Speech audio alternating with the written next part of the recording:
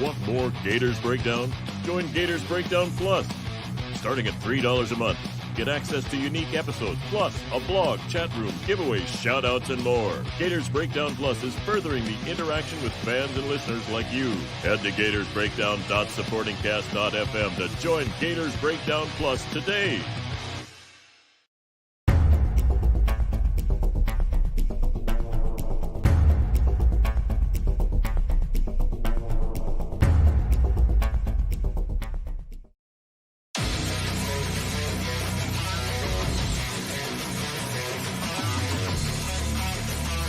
Gators Breakdown, because there's never a dull moment in Gator Nation.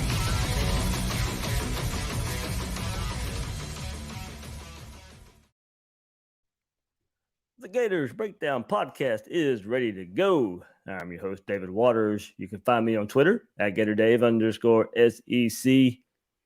Kind of a surprise episode, I guess, coming at you right on the heels of the SEC releasing their 2022 schedule. We have the complete Florida Gators home, away, neutral site schedule here, 2022, just released off the SEC network there. So plenty to get into. It'd be a quick, short, instant reaction episode here.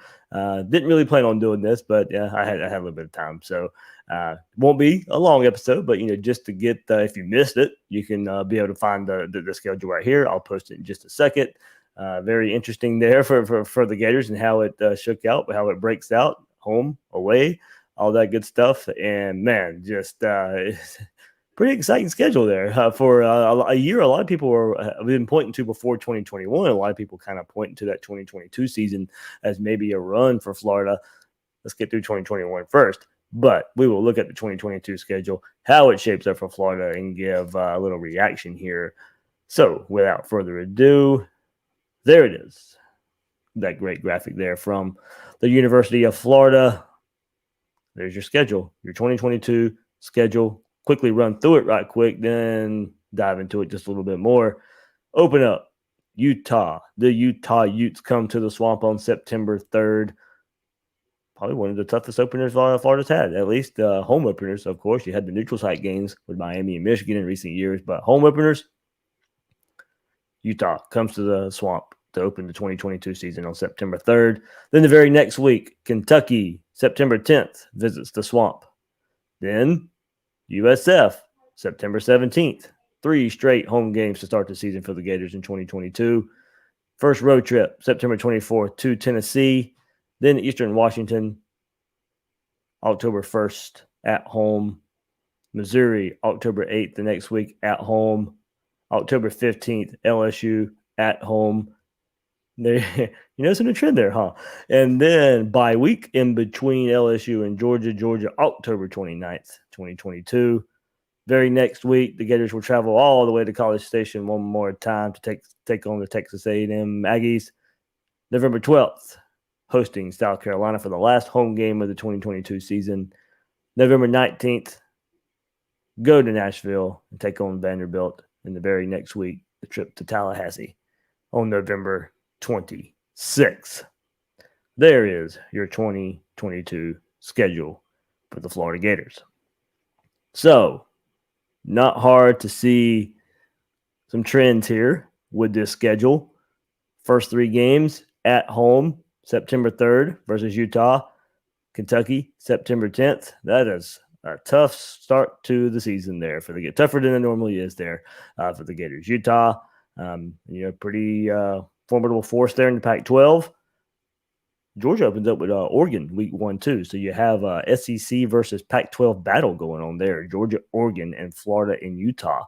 But Utah, that's the first of that series. Florida will travel to Utah, I believe, the next year in 2023, or is it 2024? I'm not sure if it's back-to-back years, but Florida does have to take that return trip. But in 2022, Utah will visit the Swamp with Kentucky coming in the next week. So, man, back-to-back. I mean, Gators are going to have to be ready week 1. The slow starts we had in 2021 versus FAU and USF. When you get to work on some things, you maybe don't get that chance to work on the things now when Utah comes to the Swamp, and then Kentucky the very next week.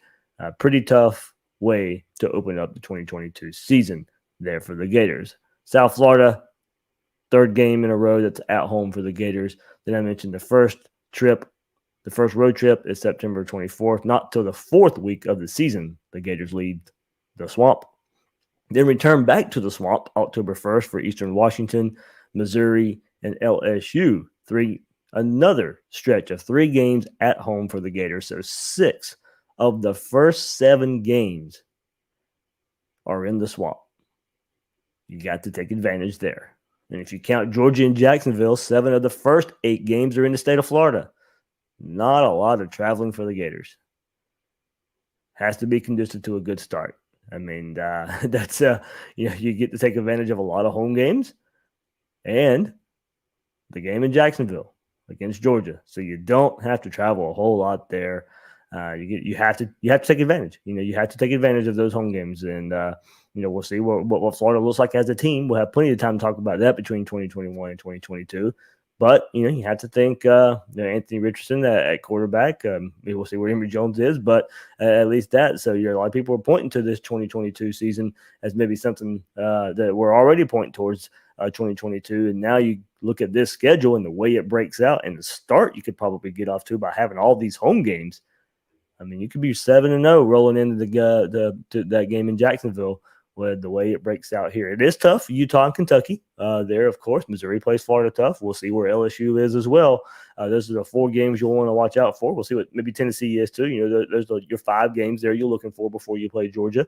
No, but just the way it sets up there, all those home games in Eastern Washington, for a lower tier school, not terrible, but that shouldn't be given for any issues there for the the expectations we're putting on a 2022 Gator team. It honestly doesn't matter what year if it is for Florida. Eastern Washington shouldn't be much of a threat anyway. But there you go. I mean, just the first 8 games of the season, and then 7 of them taking place in the state of Florida. But you do have that doozy back-to-back. Georgia and Jacksonville, October 29th. Then the road trip to Texas A&M. Another road trip to Texas A&M. Florida's 3rd trip to College Station since Texas A&M has joined the conference. Now, 2020, last year, you do kind of have to throw that away. That game was just added because of the pandemic. And the SEC did announce last year when they added those games, they were going to stick with the rotation they already had. Florida and Texas A&M were going to play in 2022 no matter what. No matter who got added in 2020. Georgia, Arkansas, basically the same thing. Now, no, I'm not talking about how difficult a team may be. I'm just talking about the way the schedule broke out. Georgia had to play Arkansas back-to-back years. They were added in 2020. Arkansas was already on their 2021 schedule, much like here with Texas A&M. Florida had to add Texas A&M in 2020, but they were already on the 2022 schedule. The SEC West rotation was not going to change by whoever you added on your 2020 schedule. So that's how that breaks out there for Florida having to go to College Station one more time. Then you return back home again, South Carolina there. So, I mean, you just kind of have to think about it in this way. Georgia and Texas A&M back-to-back. Then, you can't overlook anybody in the SEC. I know that. But given just how difficult opponents are, you have to think somewhat you coast a little bit with South Carolina, Vanderbilt, and Florida State there at the end of the year. Maybe Florida State rallies in another year. It won't be this year. But we'll see what they are a year from now either. But South Carolina, Vanderbilt, Florida State, you couldn't ask right now for an easier end to the schedule. You got that bye week between LSU and Georgia. That would be really difficult if you didn't have that bye week. You have LSU, Georgia, A&M back to back, but you do have LSU, then the bye week, then Georgia and Texas A&M. Still 3 games in a row. Don't get me wrong. That's tough. That is tough. 3-game stretch, but you do have that bye week built in before Georgia. So, you're really just going to have to put the emphasis right there. Georgia, Texas A&M, back-to-back. Right now, in 2021, the way we're thinking about the schedule, that is the schedule. And things can change, and we'll take a look at where teams are heading into the season next year. But a year away from now, that's what you're looking at. You're looking at Georgia. You're looking at Texas A&M. You're looking at that pairing right there of games that will make or break Florida's 2022 season. Even one loss going into that, you're still alive. You come out of that unscathed, and you're still skating pretty free there if you're the Gators. But you're playing for a lot in those two games if you're the Gators. So man, that is an exciting schedule. I love the way that schedule sets up all those home games. Georgia and A&M back-to-back. I mean, those 2 weeks are just going to be something else when you look at the schedule. I mean, we're going to circle those two games we're circling them now. And those are the games as soon as 2021 ends. There's the two. That's the two games right there we're going to look at. Now, Utah, don't get me wrong, that's an exciting opener as well. A team that we never get to see in the Swamp. A team Florida never plays. I mean, you're excited when Florida plays Miami, but we've seen that matchup. Florida and Michigan have played a lot in the bowl games, and we got that game to open up a season as well. But Florida and Utah, Florida and any Pac-12 team right now, I know more are coming up on the schedule, but for now, Utah. I mean, Urban Meyer coached there, of course, and they had to transition from Utah to Florida. They've represented the Pac-12 in the Pac-12 championship games since they've moved over to that conference as well. So a great way to open up the 2022 season. All those home games at the beginning. LSU at home again is always exciting, always storylines. And then Georgia and A&M back-to-back. And then the first road trip to Tallahassee to end the season in forever. So, it's 2018. Very, very weird storyline going on there too with FSU playing their most recent games in the Swamp and Florida finally returning to Tallahassee in 2022. There we go. That is your Florida Gators 2022 schedule. A lot of you right here joined in on YouTube. Thank you so much. I'll try to get some of your comments before I leave here, since I know it was just a short notice. I didn't know I was doing an episode, so guys, I'm glad you had time to hop in with me as well. Let's see, Florida Golden Gator. David, we're going undefeated in 2022. Let's go. Let's go. I'm ready for it. Let's see. Big Boss says 12-0 next year. There we go. So Matt Jones, that's kind of where I was. I did explain that, why Texas A&M an away game. Florida just went there. Why is it not a home game? Like I said, it does not matter what happened in 2020. That game was added just so they could fill out a 10-game SEC schedule. Florida and Texas A&M were already supposed to play in 2022, and it was going to stay that way anyway. 2020 had no bearing on future schedules. That's where it comes from. Here we go. Sports centric. One true road game in the first 8 games. Have to like that. You have to. You really have to. And Florida has to take advantage. They really do. I mean, that home crowd we saw versus Alabama last week, we have to see that style for 7 games for 6 games there at the beginning of the season. Every team needs to feel something like that when they're. I mean, look, that many games at the beginning of the season. I'm not sure how much of a voice fans will have left with that many games at the beginning of the season there, if they're hollering as loud as they were versus Alabama this past week. So, Bull Gator brings up a good point. As I mentioned there, playing 3 teams in a row with a higher talent rating is a tall order for any team. I mean, absolutely. And it's very close between Florida and LSU. It's very close between Florida and Texas A&M. When you want to look at, a team talent composite that 24/7 puts out there. But 3 games in a row where you're playing teams that are around where you're at talent-wise, and one above where everybody says Georgia and that talent profile. So I mean, that's 3 games in a row there. Yeah, you've got to be on it. And luckily, there is a bye week in there between LSU and Georgia. Like there is this year too. I think 2021 is the same way. By LSU, bye week Georgia.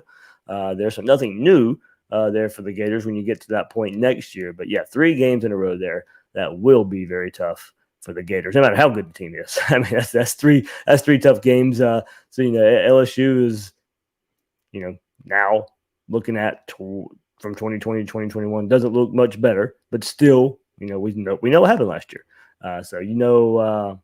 Their talent profile can just come up to bite you anytime. Let's see here before we sign off. A lot of 12-0 there. Let's see. I know I don't want to make it too boring here, trying to go through these comments at the same time.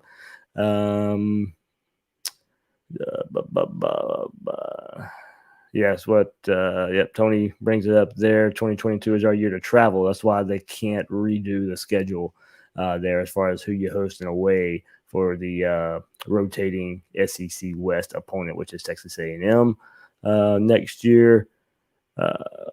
Muddy Waters says, I used to live in Utah. I'm excited for that game. Utah is horrible right now. Yeah, I mean, they've been pretty good the last couple years. A lot of people were picking them to be pretty good this year, too, and they have not lived up to the billion. BYU spanked them a couple weeks ago by a surprise there. But still, I like seeing just that different feel. And they're a bigger name opponent as well. So you don't know when you schedule these games, you don't know the status. I mean, Florida's got Texas coming up. Florida's got Notre Dame coming up. Arizona State, Cal. You don't know what these teams are going to look like when that comes around. So, I like it. Then it could be 2022 could be the year Utah is really good again. They seem to go through the stretches, where they're really good and then they'll take a dip and then they'll come back and be really good again. We'll see how it turns out there for Utah coming to the Swamp next year. Let's see before we get here. All right. So Chris does bring up a good point, and I'm glad he brought it up because it was in my head. I didn't want to forget it, and we'll get into it anyway. Does this schedule change if OU and Texas join by next year? There are still a lot of people out there, still a lot of people in the media who know a lot of people behind the scenes that still think Texas and Oklahoma would join the conference starting next year. This could change. I could be doing this episode for absolutely no reason right now if that happens. So we'll see if it happens. And if it does, this is all for naught. But that is a thought. Some people still think it does happen there, and that would change. That would change everybody. That would be my thing is that, it would be a domino effect. How would that affect the Big 12? How would that affect a lot of the out of conference games? Those teams already have scheduled as well. So I don't know. I would think the SEC probably would have held off if they thought that was going to happen and not do this. But you also don't throw away TV ratings, and this is probably a pretty good TV rating boost for the SEC network. So believe me, I work in the business, and if this still holds any kind of truth, it's like, well, go ahead and do it. We don't know for sure if Texas A&M is going to come, so let's air this. Let's put it out anyway, and let's get people talking. I mean, look, it's their football season anyway. Not really sure if you really needed the ratings boost, but I do feel like if they thought it was really going to happen, they probably wouldn't have put this out.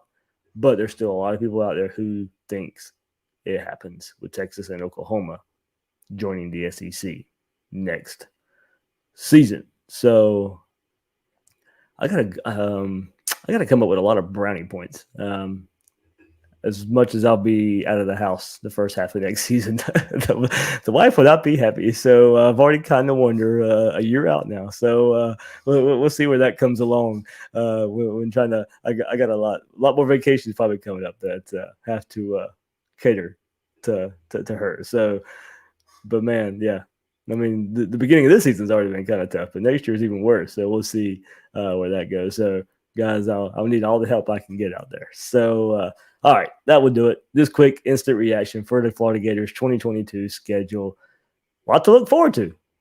Let's not forget about 2021 first. If you haven't done so yet, check out Will Miles and I talking post-Bama, looking forward, what the Gators can take away from that game, and moving forward for the rest of the season. Florida Tennessee preview. It's already out there for you Gators Breakdown Plus members. If you want to support Gators Breakdown, if you want some extra content, some early content, join Gators Breakdown Plus. Florida Tennessee preview is already up on there. It will be out on Wednesday on Gators Breakdown YouTube and Gators Breakdown podcast version. So, all right, that'll do it for this episode of Gators Breakdown. I'm your host, David Waters. You can find me on Twitter at GatorDave_SEC. Guys and girls out there, thanks for listening to this episode of Gators Breakdown.